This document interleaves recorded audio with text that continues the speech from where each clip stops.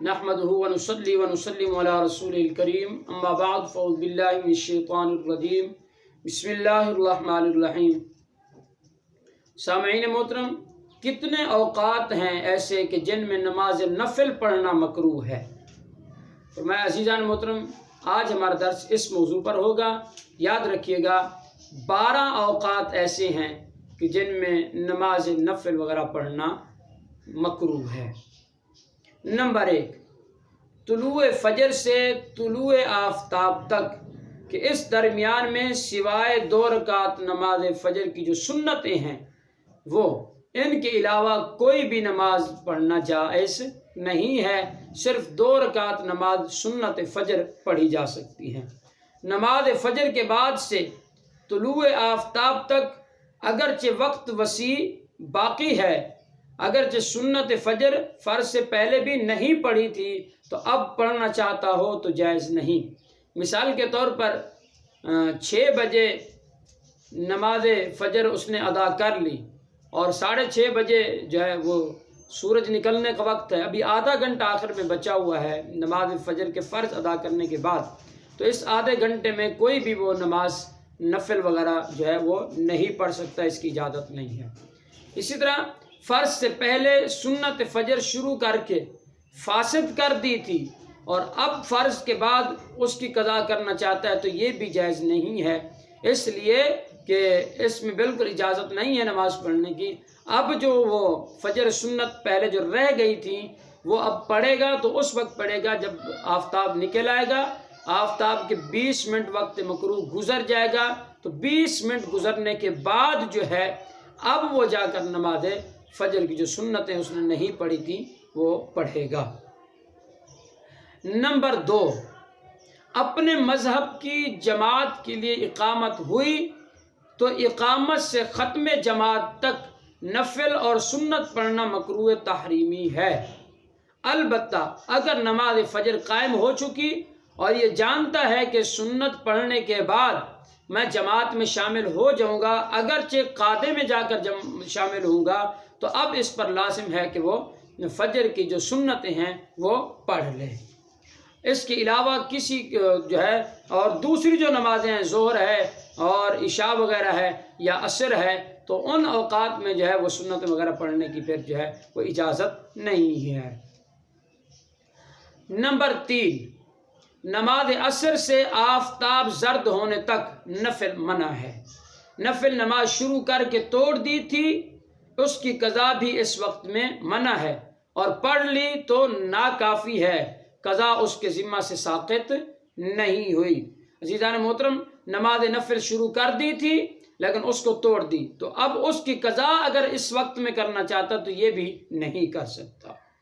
Number 4, गुरूब Aftab से फ़र्ज़ मग़रिब तक, इसमें भी जो है वो नफिल वगैरह नहीं पढ़ सकता। जैसे गुरूब आफ्ताब हुआ उसके बाद से लेकर मग़रिब के फ़र्ज़ के ख़त्म होने तक जो है वो कोई भी नफिल वगैरह नहीं पढ़ सकता, मगर इमाम इब्नुल हम्माम ने 2 रकात खफीफ का इस्तिस्ना फरमाया है।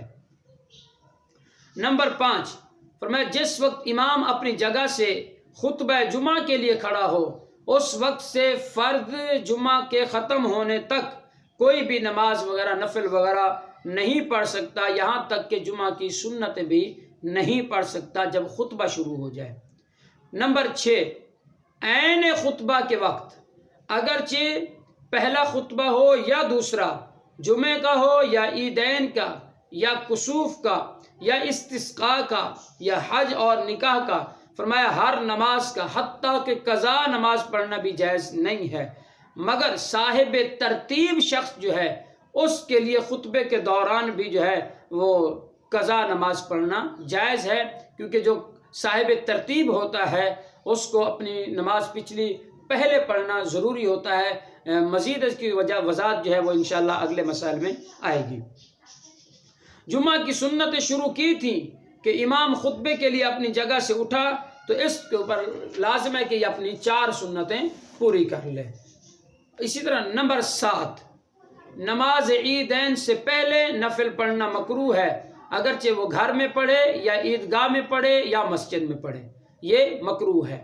نماز عیدین کے بعد نفل پڑھنا مکروہ ہے، جبکہ عیدگاہ یا مسجد میں پڑھے، البتہ گھر میں پڑھنا مکروہ نہیں ہے۔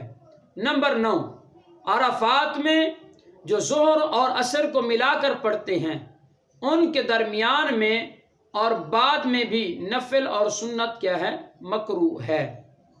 اسی طرح مزدلفہ میں، نمبر 10، مزدلفہ میں جو مغرب و عشاء جمع کیے جاتے ہیں فقط ان کے درمیان نفل و سنت پڑھنا مکروہ ہے، بعد میں پڑھنا مکروہ نہیں ہے۔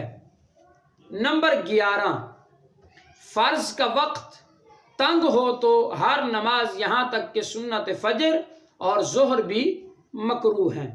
نمبر 12، جس بات سے دل بٹے اور دفع کر سکتا ہو تو اسے بے دفع کیے بغیر ہر نماز مکروہ ہے، مثلا پیشاب، پخانہ وغیرہ یا ریاح کا غلبہ ہونا، مگر جب وقت جاتا ہو تو پھر اس کو پڑھ لے لیکن بعد میں اعادہ کرے۔